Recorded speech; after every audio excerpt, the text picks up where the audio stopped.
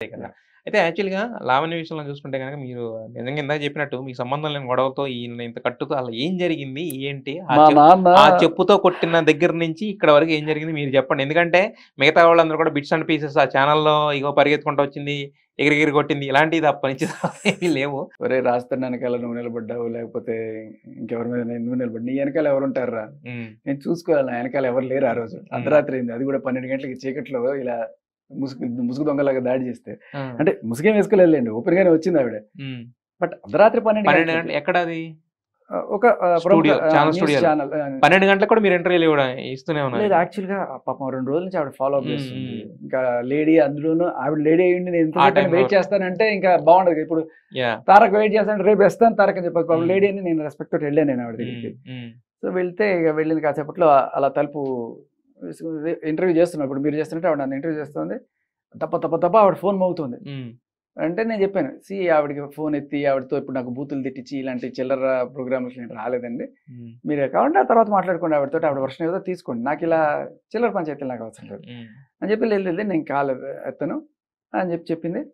But అలా ఎత్తు ఎత్తు అన్నట్టుగా కొట్టింది 10 సార్లు. సరే ఆవిడ వదిలేసింది. తర్వాత ఇంటర్వ్యూ ఈస్ గోయింగ్ ఆన్. ఈ లోపల ఒక 10 నిమిషాలు, పావుగంట జరిగింది. ఆ లోపల వచ్చేసింది ఆవిడ. హ్మ్. వచ్చేసి మరి స్టూడియోలో నుంచి అంత వరకు ఎట్లా వచ్చిందో తెలీదు. హ్మ్. వాళ్ళు అలౌ చేస్తేనే వస్తారు కదా! యాహ్! యాహ్! యాహ్! వచ్చేసి దబ దబ దబ తలుపు రేయ్ శేఖర్ భాష ఇంట్లో వాళ్ళని అన్నం తిట్టడం ఇలా ఇయన్నీ హ్మ్. దారుణమైన బూతులు మాట్లాడడం.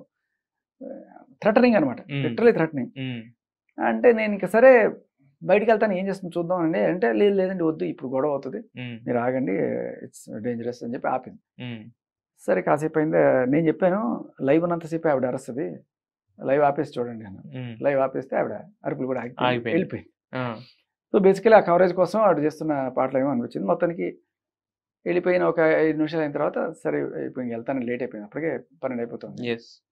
సో, తలుపు తీసుకొని అట్లా వెళ్ళి కింద ఇట్లా మెట్లున్నాయి దిగుతున్నాను. హ్మ్. అక్కడ కాపు కాసుకొని ఉందనమాట. ఓహ్! ఇట్లా టక్కుమని దెయ్యంలాగా ఆ మెట్ల మీద ఇలా 2 చెప్పులు పట్టుకొని ఇట్లా నిలబడింది. చెప్పులతోనే. చెప్పులు ఇట్లా 2 చెప్పులు తీసుకొని ఇట్లా ఎందుకండి మిమ్మల్ని నిలబడింది. చెప్పులతోనే మీ ఆ! అటాక్ చేస్తుంది ఫస్ట్ నుంచి. హ్మ్. బేసికల్లీ అదే హ్మ్. అంటున్నాను. హ్మ్. ఇప్పుడు ఆవిడ నన్ను చేతులతో కొట్టి అంత యాహ్! శక్తి ఆవిడకి లేదు. హ్మ్. హ్మ్. ఆవిడ ఏదో రకంగా హ్మ్. ఆవిడ విషయాలన్నీ నేను చెప్పు. బయటకి తీసుకొస్తున్నందుకు ఆవిడ యాహ్! కసి. అది రెండోసారి కదా చెప్పులతో కొట్టడం? హ్మ్. అంటే అప్పుడు హ్మ్. తగలలేదని పాపం ఆవిడ ఫీల్ అవుతుంది. ఏదో ఓకే. రకంగా తగలాలి అని హ్మ్. ఆవిడ హ్మ్. కోరిక. సో, ఆ రోజు కూడా తగిలినట్లు లేదు నాకు. బట్ హ్మ్. బేసికల్లీ ఇట్లా చేసింది నేను తప్పుకున్నాను. ఇట్లా ఇట్లా ముందుకెళ్తున్నాను హ్మ్. వెళ్దామని. ఏసి తప్పుకొని తోసాను. తోసారు. నాకు చాలా హ్మ్. కోపమొచ్చింది. అప్పటికి మా హ్మ్. అమ్మని, మా నాన్నని అందరిని హ్మ్. బూతులు తిడుతోంది. హ్మ్. అదే చెప్పుతో తడిస్తే మనకి అవునవును. ఎట్లా ఉంటది? ఆబ్వియస్‌గా ఉంటది. బేసికల్లీ హ్మ్. దెబ్బ కాదు అహం దెబ్బ తింటది కదా! హ్మ్. హ్మ్. తోసాను గట్టిగానే. హ్మ్. పడింది. ఇంకా ఈ లోపల వాళ్ళు ఆల్రెడీ తెచ్చుకున్న గుండగాళ్ళు ఎవరైతే ఉంటారో రెడీగా ఎంతమంది ఉన్నారు. ఎంతమందున్నారు? ముగ్గురున్నారు. ముగ్గురున్నారు. ముగ్గురున్నారు. నేను ఫస్ట్ నోటీస్ చేయలేదు. హ్మ్. ఫస్ట్ ఒకడు వచ్చాడు. హ్మ్. "ఏయ్! ఆడపిల్లని కొడతావురా" అని చెప్పి వచ్చి పట్టుకున్నాడు. నేను వాడిని పట్టుకొని తోసాను. హ్మ్. అట్లా మెట్ల దగ్గర నుంచి పార్కింగ్. హ్మ్. ఆ పార్కింగ్ లాట్‌లో అట్లా చిన్న హ్మ్. పెనుగులాట జరిగింది. తర్వాత ఇంకోటొచ్చాడు. ఇంకోడి మీద పడ్డాడు. హ్మ్. తర్వాత ఇంకోడొచ్చాడు. ఇంక నేను కంప్లీట్‌లీ ఐ వాస్ డౌన్ ఇట్లా గట్స్ అంతా రాసుకుపోయింది. హ్మ్. బర్ర బర్ర అని ఇక్కడ వావ్! రాసుకుపోయింది. హ్మ్. మొత్తం ఆ టైంలో ఒకడి మోచేయి ఇక్కడ తగిలింది కరెక్ట్‌గా. హ్మ్. సో, చేతికేం కాలా. చేతికి ఊరికే దూకుంది గానీ, హ్మ్. దీనివల్ల నేను ఇది వేసుకోవాల్సొచ్చింది. ఓకే. కాలర్ బోన్ అంటే కాలర్ బోన్. బ్రేక్ అయిందా? బ్రేక్ కాలే టేర్. టేర్ అయింది. టేర్. ఓకే. సో, తర్వాత అప్పుడు నాకు ఇమ్మీడియేట్‌గా తెలియలేదు. ఏదో లైట్‌గా నొప్పిగా ఉంది గానీ, నేను టక్కుమని అలాగే బయలుదేరాను. బయలుదేరి ఇంట్లో వాళ్ళని కూడా అలర్ట్ చేశాను. కింద సెక్యూరిటీని అలర్ట్ చేశాను. ఎవరన్నా వస్తారేమో జాగ్రత్తగా ఉండండి అని చెప్పాను. పోలీస్‌కి ఫోన్ చేశాను. 100కి పంజగుట్టకి ఫోన్ చేసి బి ఇట్లా జరిగింది సార్ అంటే, సరే అన్నారు వాళ్ళు. తర్వాత ఈ లోపల ఇక హాస్పిటల్‌కి బయలుదేరేసాను. యెస్. యెస్. నేను ఇంక డ్రైవ్ చేసే పరిస్థితి లేదు. ఫ్రెండ్స్ వచ్చారు. కార్‌లో తీసుకెళ్ళి హాస్పిటల్‌కి తీసుకెళ్ళిపోయారు. ఓకే. అక్కడ ఇంకా ఎమ్మెల్సీ చేశారు. అప్పుడే పోలీసులొచ్చారు. Jubilee police వాళ్ళొచ్చారు. ఎదుర ఒక కంప్లెయింట్ 3 రాసుకొని. డేస్ పట్టిందా మీకు ఆ! అంటే ఈ మాత్రం బయటికి రావడానికి? మీరు 3 డేస్ పట్టిందా కాదు 30,000 పట్టిందని అడిగారు. 30,000 బిల్ అయిందా? ఇంకా మిగతావన్నీ కలిపి ఒక 50,000 వేసుకోండి. 50,000 దాకా బిల్ అయింది. యాహ్! ఓకే.